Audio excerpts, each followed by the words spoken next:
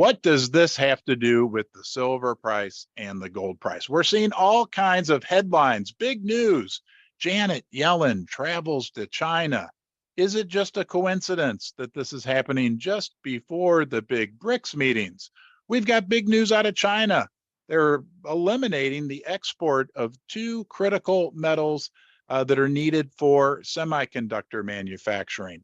Why is this all such big news? We're going to look at it from several different angles and even discuss what it means for the silver price and gold price. But it's important, I tell you, we're joined today by our good friend, Buddy Rumble.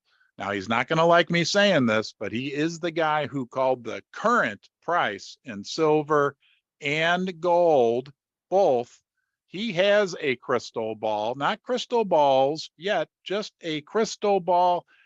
He's going to tell us what he thinks about the future of the precious metals. He's also going to tell us what he thinks about this big story with Janet Yellen. I've gone on too long. Buddy, welcome back to Ron's Basement. We love your tinfoil hat. No, thank you, Ron. I'm just wearing this in honor of what's going on. But the crystal ball, it's been talking. But I caught an article here right before the 4th that Janet was going to China between the 6th and the 9th, I think it was, and they're to discuss these metals that are used in semiconductors, gallium and germanium, and doing some research. They've got why would you send the U.S. Treasury Secretary to discuss these two metals? They've got a department, the U.S. TR, United States Trade Representative. I think that they would be sending that person to China. So I think this is a false flag, or I think that this is just my opinion. I think that the germanium and gallium, I think that's code words for gold and silver. That's just my opinion. If it means you're sending Janet, or it could be the dollar too. So. Yeah, well, there's certainly a ton going on in the world right now. There's a lot of tension like we haven't seen for decades between China and the United States. You know, we had this situation like, I don't know, 4 or 6 months ago when President Biden put out this law, decree, whatever it was, that we basically were going to withhold from China a lot of the high-tech equipment and knowledge, excuse me, needed for semiconductor manufacturing. And now it kind of feels like, at least on the surface, China's firing back. Now they're all real quick to say, hey, this isn't a trade war. We need to cooperate. This isn't a trade war. But when you look at what they're doing, both the United States and China, and ignore what they're saying, it's starting to feel like the level of tension is ratcheting up, possibly. Well, yeah, I think they have that, but still, I mean, you would be sending other people than the Treasury Secretary. I mean, if we was having a problem with the dollar and the yen, you'd send her, or yuan rather, not the yen. That's the Japanese. But that's why I got to put my tinfoil hat on. I think there's something going on here. Usually there is, right, buddy? I mean, usually there's more going on than maybe we know about on the surface. Right. It could be the BRICS. I mean, it'd look awful funny if she went a week before they had their big BRICS meeting. And then plus on top of this, that's why I think this has got something to do with gold and silver and the dollar. We've got you're bringing the Janet box out. But you caught me, buddy. Go ahead. Yeah, but I mean, I think this is I don't know. I kind of feel that maybe the United States is more tied to China, and that's more, they've got to go over there and talk about these issues when it comes to BRICS, but they can't have her go a week before or 2 weeks before. So they got to get her 8 weeks out to go over and get the US's position so China can represent us at the BRICS. And Yeah. and with, and everybody, I mean, for the past, 8 months, gold and silver has been flying to China and India. And so I don't know. I mean, I can imagine on the wild end why they would go, or conservative ideas. But Mhm. I've thought, pre-war, or the end of World War II, what was it, the Bretton Woods Yep. conference, where the Mhm. world decided that they would put the gold in US as a protection. Could they be doing that today? And they're looking at putting the world's stockpile, or the country's stockpile of gold, in China for some protection that we don't know about, or I mean, Right. are we really at a trade war with China? But Is when you is start, this BRICS meeting coming up like the equivalent of the Bretton Woods? I mean, is it that big of a deal? Some people are acting like this is a massive deal. So your theory, your tinfoil hat theory, could be correct, right? Like Yellen's over there saying, "Hey, I have to get her out for a second. Hey, right, China, yeah, you better watch what's going on right now, because if you mess with us too bad, we're going to do this or we're going to do that." I think that's the the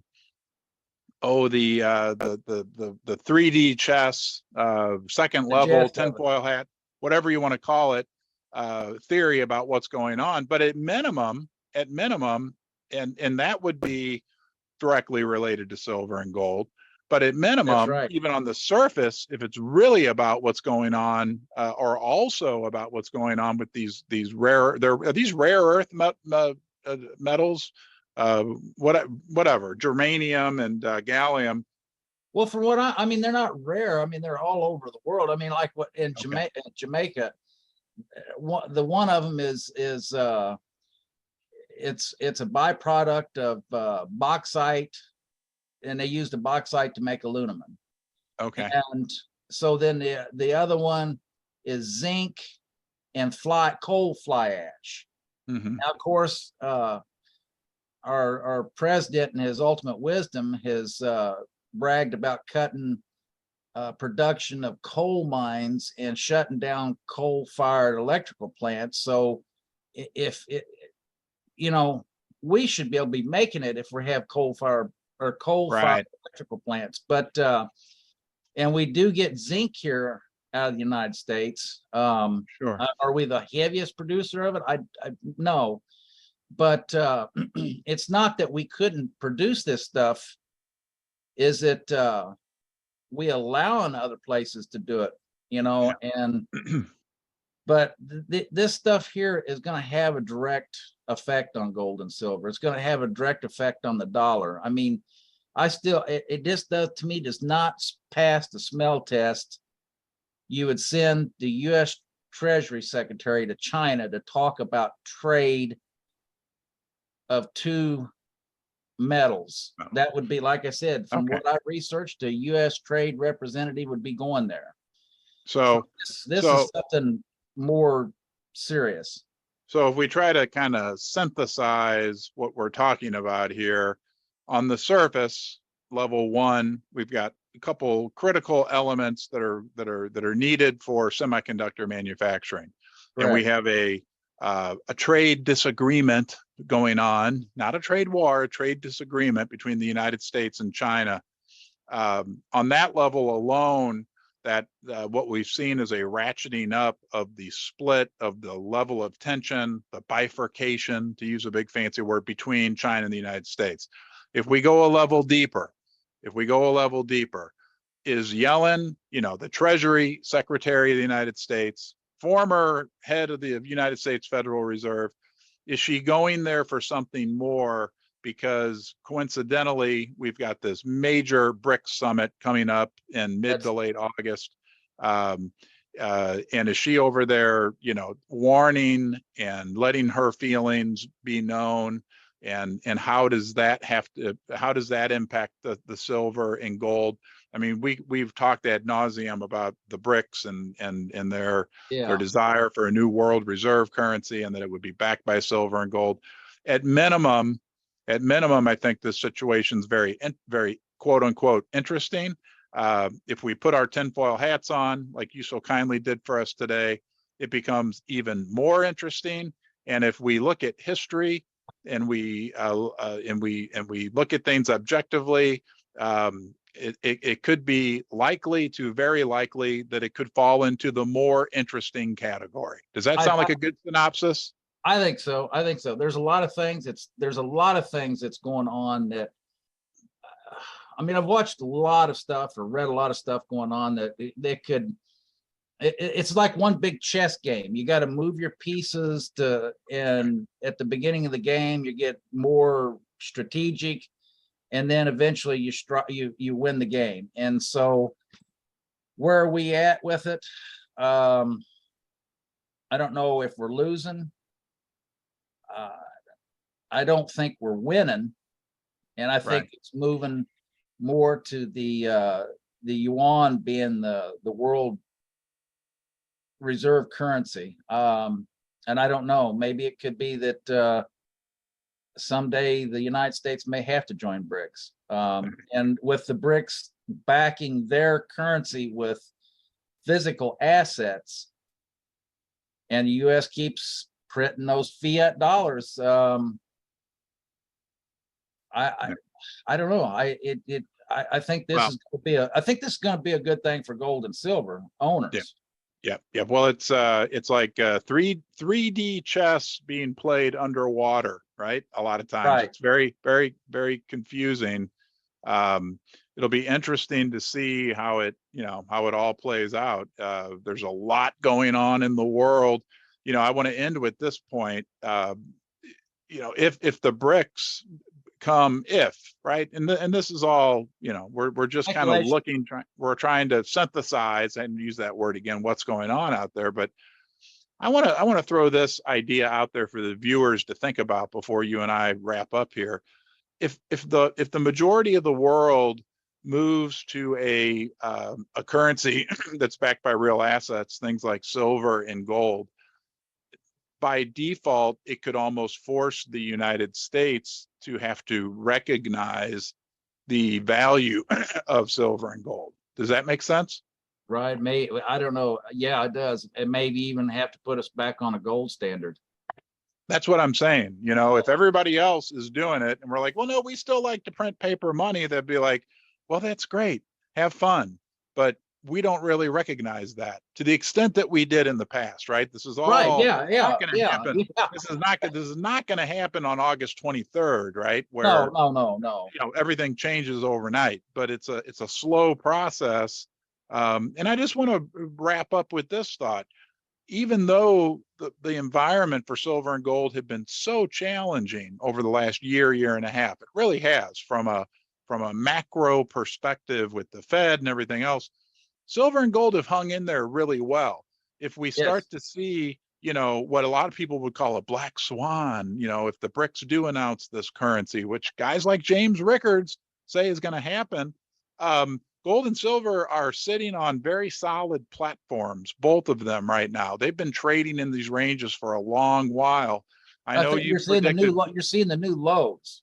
That's right. This is right. This is the new normal, right? Or the new, the new. It's like when Snickers candy bars went from 25 cents to 50 cents, they never went back down. Right? No, they shot up to $1, and I know. I think $2 now, isn't it, for a right? Yeah. And it's half the size. All right, buddy. Thank you. I think we did a good job of sharing with our viewers. We appreciate everybody joining us. If you have some thoughts on this subject, share them in the comment section below. And I will, buddy. We'll look forward to seeing you soon. Well, sounds good. Yeah, and thank you, Ron. And I want to thank your viewers too. Without them, neither me or you can get this information out. And everybody better start making you a few of these just in case, Yeah, we're But gonna you put all a take link. care. We're gonna put a link in the description below. Buddy is selling custom made tinfoil hats, and with the price of aluminum where it is, we have we got to charge $100 each. Well, yeah, that's right, exactly. And this was a 30-second tinfoil hat. So I mean, give me a minute and I'll be even better. Give me 5 minutes and I'll have you a fedora. They're even going to get better. From our friend in Louisiana, Buddy Rumble, the Louisiana Gold Guru. Thank you, and we'll see you next time. Thank you, Ron.